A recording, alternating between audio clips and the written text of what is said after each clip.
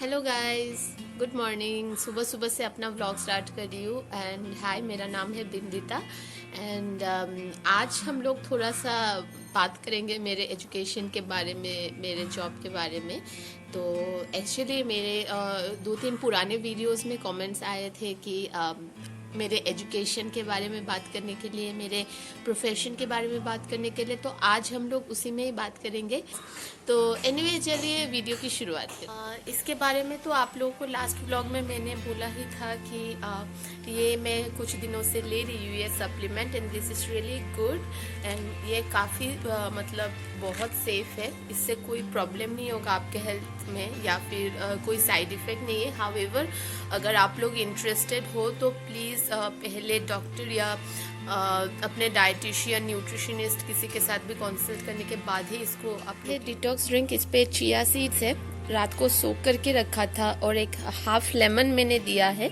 और इसके साथ मैं लूँगी 4 सोक्ड आलमंड और एक एल कार्निटाइन जो कैप्सूल में ले रही हूँ सप्लीमेंट, वो एक लूँगी।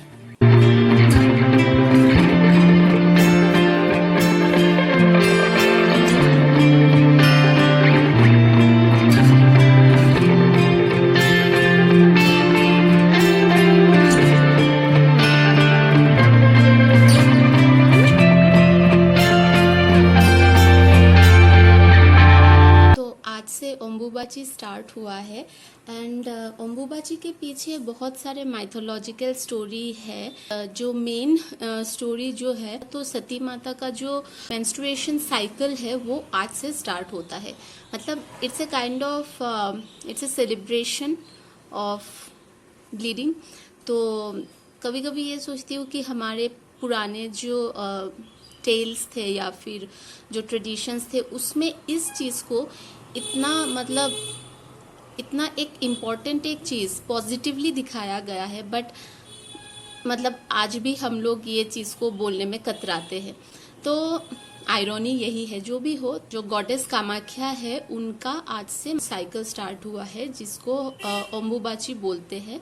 तो हर साल पे क्या होता है, गुवाहाटी में कामाख्या टेम्पल के वहाँ ओम्बुबाची मेला लगता है। बट लास्ट ईयर कोविड के वजह से नहीं हुआ, इस बार भी ऑब्वियसली नहीं हो रहा है। आज भी वहाँ से मतलब जब ये टाइम आता है तो इट इज़ बीइंग सेड कि मतलब खून बहता है वहाँ से। तो जब लॉर्ड शिवा और गॉडेस सती ने शादी किया था, तो सती माता के जो पिताजी थे, दक्ष प्रजापति, वो उस जमाने के बहुत बड़े एक पर्सनैलिटी थे।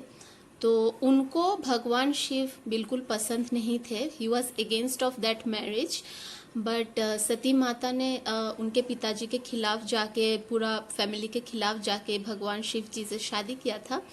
एंड एक दिन क्या हुआ था कि राजा दक्ष ने एक बहुत बड़ा यज्ञ मतलब कंडक्ट किया था, जिसमें अपार्ट फ्रॉम लॉर्ड शिवा मतलब हर एक देवी देवता बोलिए या फिर पर्सनैलिटी बोलिए उस जमाने का, तो सारे के सारे लोग इनवाइटेड थे। बट ये बात सती माता को बुरी लगी उनको कि मतलब उनके वजह से भगवान शिव जी को जो एक डिजर्विंग एक रेस्पेक्ट था वो नहीं मिला। तो उसके वजह से सती माता ने ये ठाना कि उनको यज्ञ में जाना ही है। बट भगवान शिव ने मतलब उनको रोका कि कोई ज़रूरत नहीं है, मत जाओ, ये वो बोल के। जाने के बाद दक्ष प्रजापति महाराज ने शिव जी का बहुत इंसल्ट किया। एंड जो सती माता मतलब ले नहीं पाई, उनको बहुत बुरा लगा। एंड उन्होंने उसी जगह में, उसी यज्ञ में जो अग्नि थी, अग्नि में उन्होंने खुद को समर्पित कर दिया। मतलब she committed suicide, kind of we can say. तो जब ये बात लॉर्ड शिवा को पता चली, ऑब्वियसली वो बहुत ज़्यादा गुस्से में आ गए। एंड आके उन्होंने दक्ष प्रजापति जी का मतलब सिर काट दिया था। लेटर उनका सिर मतलब उसका नाम मतलब मुझे अभी याद नहीं आ रहा, माइथोलॉजिकल एक कैरेक्टर था, आई मीन उस पुराण में, वेदा में लिखा हुआ है। सिर लाके दक्ष प्रजापति जी के मतलब सिर में मतलब ट्रांसप्लांट किया गया था, ऐसा कुछ है। जब शिव जी को मतलब पता चला इसके बारे में, तो शिव जी गुस्से में आके उन्होंने मतलब सती माता का जो डेड बॉडी था वो अपने कंधे में लेके तांडव नृत्य मतलब पूरा स्टार्ट कर दिया था। पूरा वर्ल्ड मतलब पूरा मतलब दुनिया घूम रहे थे। तो ऐसा हो गया था कि डिस्ट्रक्टिव हो गए थे बहुत, मतलब पूरा सृष्टि जो था वो एकदम क्या बोलूं, कुछ एक केओस टाइप का बन गया था। तो भगवान शिव जी को शांत करने के लिए लॉर्ड विष्णु ने क्या किया, सुदर्शन चक्र से सती माता का जो बॉडी था उसको पीसेस में डिवाइड कर दिया। एंड वही सारे पीसेस डिफरेंट डिफरेंट जगह में गिरे हैं। उसमें से एक जगह है गुवाहाटी में जो है कामाख्या टेम्पल। तो वहाँ पे सती माता का योनि गिरा था, जिसके वजह से ब्लीडिंग गॉडेस नाम से भी मशहूर है दुनिया में।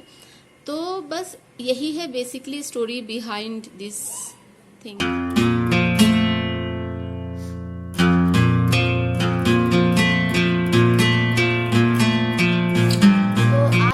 बन रहा है आलू पराठा। मौसम भी काफ़ी अच्छा है तो सोचा क्यों ना आज आलू पराठा बनाया जाए। काफ़ी दिन हो गया है नहीं खाए हुए। तो जैसे कि मैं बात कर रही थी मेरे एजुकेशन के बारे में, कि मेरा स्कूलिंग जो था वो एक बंगाली मीडियम गवर्नमेंट स्कूल में हुआ था। मेरा होम टाउन जो है सिलचर, वहाँ पे। एंड उसके बाद मैं कॉलेज राधा माधव कॉलेज में 11th से पूरा मेरा ग्रेजुएशन वहाँ पे ही कंप्लीट हुआ। मैंने आर्ट्स एंड ह्यूमैनिटीज़ लेके मैंने अपना HS दिया था, और ग्रेजुएशन मैंने किया था इंग्लिश लिटरेचर यानी इंग्लिश ऑनर्स लेके। ग्रेजुएशन के बाद में मतलब 1 ईयर मैंने NIIT से मैंने एक कंप्यूटर कोर्स किया था, जिसमें मैंने थोड़ा बहुत HTML वगैरह सीखा एंड थोड़ा बहुत बेसिक जो होता है कंप्यूटर का वो किया था। Actually I was preparing for my masters and मैंने मास्टर्स किया है तेजपुर यूनिवर्सिटी से। एंड वहाँ से मैंने अपना मास्टर्स में मास कम्युनिकेशन लेके किया एंड जर्नलिज्म। एंड एक्चुअली मेरा मन था कि मैं मीडिया सेक्टर में जाऊंगी। प्रिंट मीडिया मेरा बेसिकली ज़्यादा मन था कि मैं प्रिंट मीडिया में जाऊंगी, न्यूज़पेपर्स वगैरह में कॉलम वगैरह रहेगा, रिपोर्टिंग वगैरह करूंगी ये वो। बट जो चीज़ें मैंने सोची थी वैसा कुछ भी नहीं हुआ।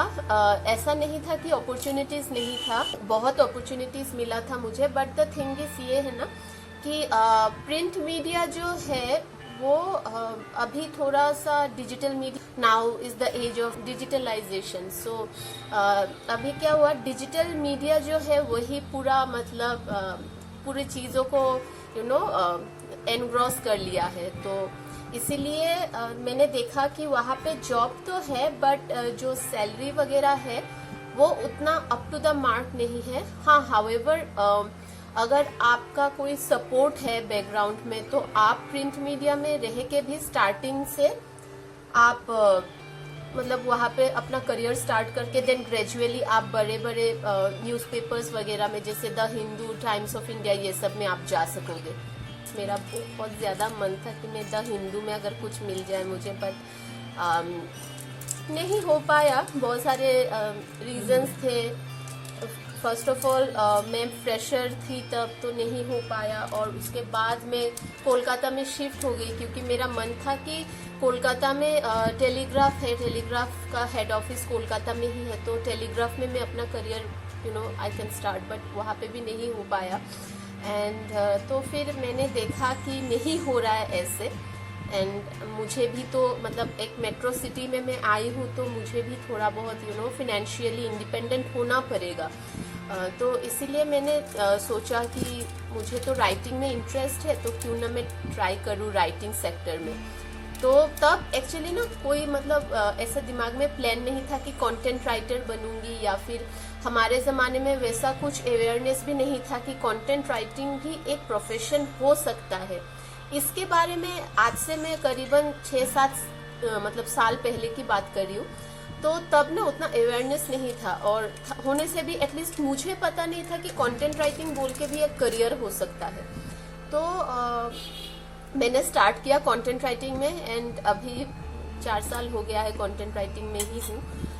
एंड रिसेंटली मैंने क्योंकि मुझे लगता है कि ये जो स्किल्स है ना लोगों का, आप चाहे कोई भी फील्ड में रहो, आपको हमेशा खुद को अपग्रेड करना पड़ेगा, आपको हमेशा खुद को अपडेट करके रखना पड़ेगा अगर आपको इंडस्ट्री में सरवाइव करना है तो इसीलिए मैंने रिसेंटली बस लास्ट मंथ को ही मैंने कंटेंट राइटिंग, क्रिएटिव राइटिंग और ब्लॉगिंग के ऊपर एक कोर्स किया मैंने, 1 मंथ का ऑनलाइन कोर्स था।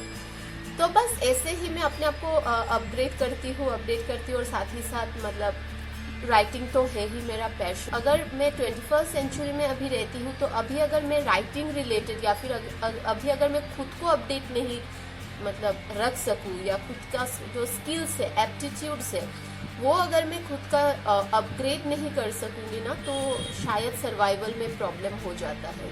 ये आलू पराठा स्टार्ट हो गया है। यहाँ पे मैंने पूरा पेस्ट करके रखा था।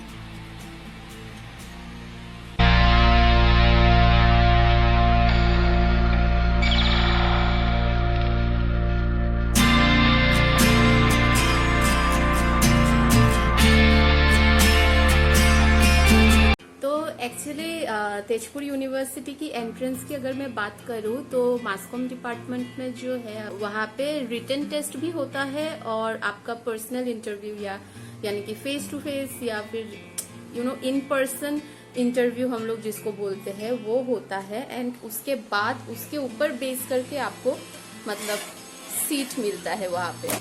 यू कैन से कि वहाँ का मास कॉम डिपार्टमेंट बहुत ज़्यादा अच्छा है एंड एडवांस्ड भी है एंड वहाँ पे सीट मिलना काफ़ी मुश्किल है।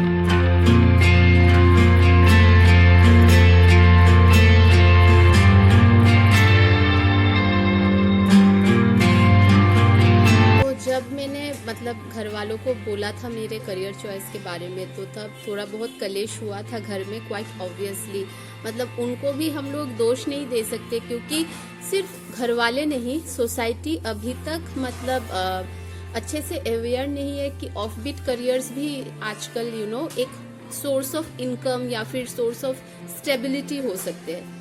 आज भी लोगों को यही लगता है कि राइटिंग, म्यूजिक, ये सब चीजें मतलब बस एक हॉबी तक ही सीमित रहना चाहिए। इससे कोई मतलब स्टेबल सोर्स ऑफ इनकम नहीं हो सकता है, कोई स्टेबल करियर नहीं हो सकता है। However things are gradually changing but it will take time, I know. तो अब सोचिए बात मैं कर रही हूँ मतलब आज से करीबन 8-9 साल पहले की। तो जो भी हो, कलेश हुआ, मैंने कोशिश किया उनको मनाने के लिए। तो एक म्यूचुअल पॉइंट पे हम लोग आके मतलब हुआ हम लोग का मतलब बात वगैरह। तो ग्रेजुअली वो लोग भी समझे कि नहीं ऐसा भी करियर हो सकता है apart from being doctor, engineer और बैंकिंग सेक्टर में कुछ। तो बस ऐसे ही मतलब मैंने घर वालों से बात किया था। एंड अगर आपको भी किसी को लगता है कि घर वाले नहीं मानेंगे, कैसे मैं बात करूं ये वो, तो एटलीस्ट मतलब मुझे लगता है ना कि ट्राई कीजिए, ट्राई करना चाहिए, बात करना चाहिए। तो घर वालों से बात करना चाहिए इवन दो अगर आपको लगता है they are not approachable enough. तो इसके पीछे ये भी रीजन हो सकता है कि शायद उनको पता नहीं है कि आपके करियर चॉइस में क्या क्या स्कोप है, क्या क्या अपॉर्चुनिटीज है। तो मेक देम अवेयर, उनको समझाइए कि ऐसा करने से मैं ये बन सकती हूँ, ये हो सकता है, ऐसा सोर्स ऑफ इनकम हम लोग का आ सकता है। तो शायद उनका पॉइंट ऑफ व्यू थोड़ा सा आई विल नॉट से कि चेंज हो जाएगा पूरा, बट एटलीस्ट थोड़ा सा ना सटल कर सकते हो आप उन लोगों का जो पॉइंट ऑफ व्यू है। तो बस मैंने भी वही कोशिश किया था। तो बस ऐसे ही मेरा जर्नी जो था वो स्टार्ट हुआ था। एंड ऑनेस्टली स्पीकिंग एंट्रेंस के लिए मैंने उतना खास प्रिपरेशन नहीं किया था। हाँ, बट एक चीज़ मैं करती थी जो मुझे बहुत ज़्यादा हेल्प हुआ उससे। मैं तब ना रोज़ न्यूज़पेपर्स पढ़ती थी, रोज़ मतलब एवरी डे। सुबह को ब्रेकफास्ट में मैं न्यूज़पेपर का कोना कोना पढ़ती थी। हाउएवर वो अच्छी आदत अभी मेरे में और नहीं है, बट ये बहुत अच्छा एक हैबिट है। तो अगर कोई मतलब इसको ना सस्टेन कर पाए तो बहुत अच्छा होगा ये। तो मेरा नहाना वगैरह सब हो गया है, अभी बस लंच कर लेंगे हम लोग। एंड आई रियली होप कि आज का व्लॉग आप लोग को अच्छा लगा होगा। And please like, share and subscribe कीजिएगा मेरे चैनल को। आपका कोई सजेशंस या फीडबैक है तो please do let me know in the comment section below. And बहुत जल्द मैं नया एक व्लॉग लेके आऊँगी और वो वाला थोड़ा सा डिफरेंट होगा। वो व्लॉग नहीं होगा, ऐसे ही छोटा सा एक वीडियो होगा।